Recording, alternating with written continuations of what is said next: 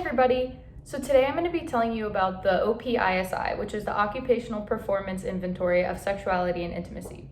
So this is an assessment tool for OTs that can be used with any adult client, 18 or over, whose life stage or condition may be impacting their sexuality or intimacy. It has LGBT plus inclusive language.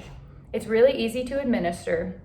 And most importantly, it creates a nice safe space for our clients to talk to us about this domain of their lives and for us to help them with their healing and their care.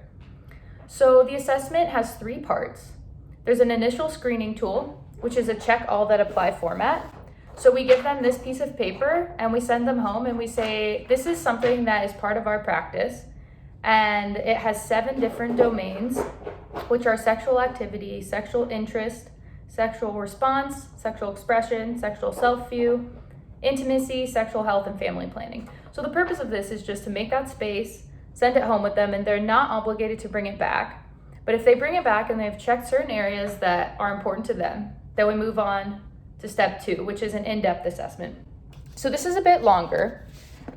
And what we do with this one is each of those 7 categories has a varying number of questions below it. And so the client does this without the therapist as well. And the purpose of this is just to get a lot more deep understanding of each category and where the client is having trouble and how we can address that with them in their goals and their sessions.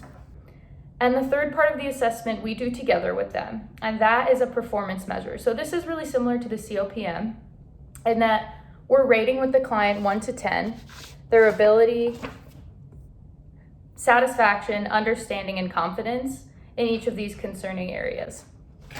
So let me show you a little bit what that looks like. So I've looked at your self-assessment and it seems like you checked 9 out of the 12 boxes for sexual self-view. So I would love to just go through and maybe rate a couple of those with you on how you're feeling about that now.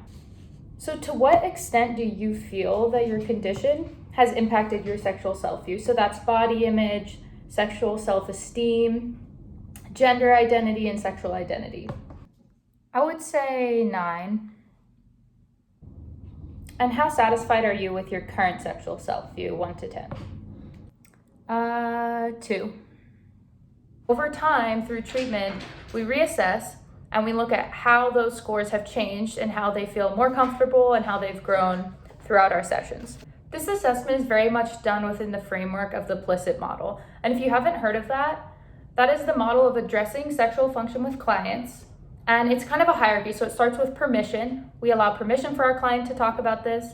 And then limited information, which is kind of what we're doing here, right? We're showing them this is information that we can talk about. Here's a little bit of intro on these areas. And then specific suggestions. So that's when our client comes back and we talk a little bit more about the areas they're concerned about and how we can help them in those areas. And then we move on to intensive therapy. So that's like in our sessions, day to day, what we are doing with our clients to help them in these areas. Thank you guys so much for listening, and I really hope you can all find ways to incorporate this assessment into your practice.